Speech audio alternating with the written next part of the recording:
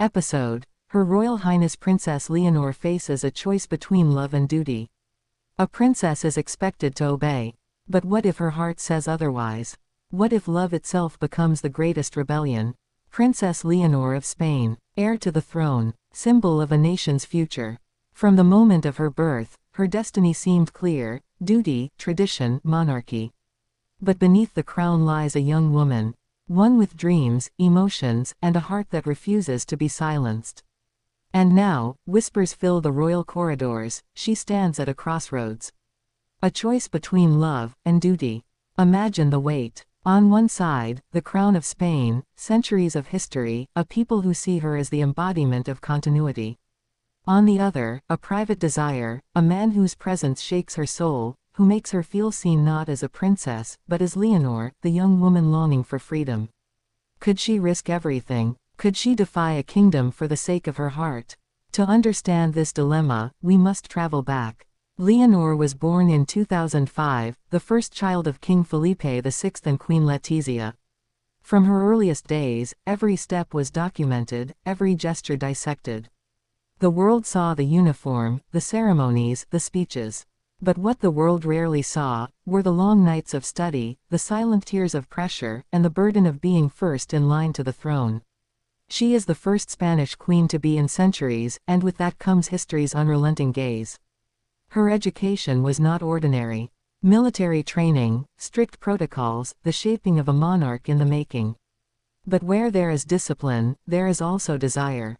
The desire to live, to laugh, to love. And in that quiet space, beyond cameras, she met someone. Not a royal, not a politician, but someone different. Someone whose presence brought color into the gray corridors of duty. Here lies the tension. Love often blooms in forbidden places. Could Leonor truly allow herself to follow her heart? Or would the monarchy itself intervene, just as it has for centuries, separating heirs from those deemed unsuitable? The Spanish monarchy has survived wars, revolutions, and scandals. Every generation of royals has faced this question: can one's heart be trusted, or must it be sacrificed for the throne? Leonor is not the first. Her own father, Felipe, once struggled with this same balance. Before marrying Queen Letizia, he faced opposition when his choices clashed with royal expectations. History whispers, the crown always wins. But what if Leonor could change that? Let us pause here. Ask yourself, what defines a ruler? Is it loyalty to crown and country? Or is it the courage to follow one's heart and redefine what monarchy means in the modern age? Leonor's story is not just her own, it echoes through every young royal, every princess told to marry for duty, not love. But this time, the world is watching differently. The world is more forgiving, more curious, more invested in authenticity than appearances. Behind palace doors, advisors argue. The king insists on preserving stability. The queen, perhaps more understanding, remembers her own past as a commoner who became royal. Could she secretly empathize with her daughter? Could she, in the privacy of their home, whisper words of comfort to Leonor, telling her that love and duty do not always have to be enemies? Or does even she fear the backlash, the political storm, the press that waits eagerly for cracks in the royal image? The Spanish people, too, have opinions. For some, tradition must stand above all else. A queen must be above scandal, above personal choices. Yet for others, the image of Leonor choosing love makes her more human, more relatable, more beloved.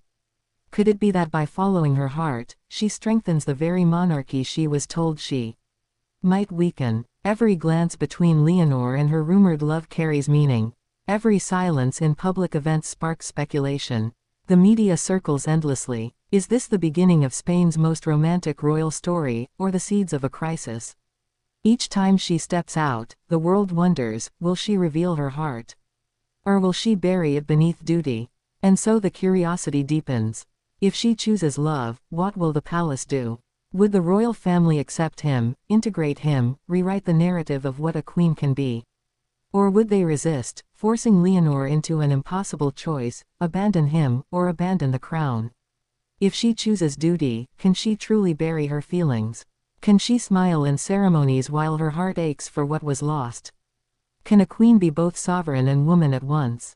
The whispers grow louder. Her love, ordinary in the world's eyes, extraordinary in hers, faces the greatest test. Would he endure the weight of public scrutiny, the invasive cameras, the endless comparisons? Could he stand proudly beside her, not as a king, but as the man who chose her, not the crown? The palace may deny it. The press may speculate wildly. But the truth remains: Princess Leonor stands on the edge of history.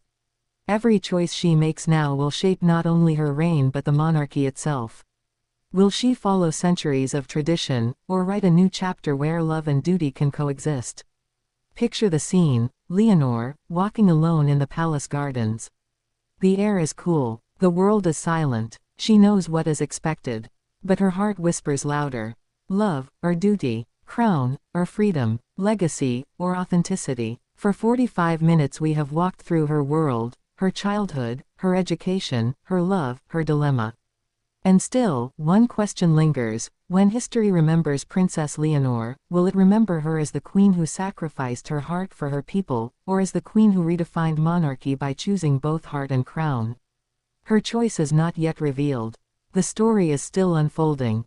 But one truth remains: for Princess Leonor, Spain's future queen, love and duty are no longer two separate paths.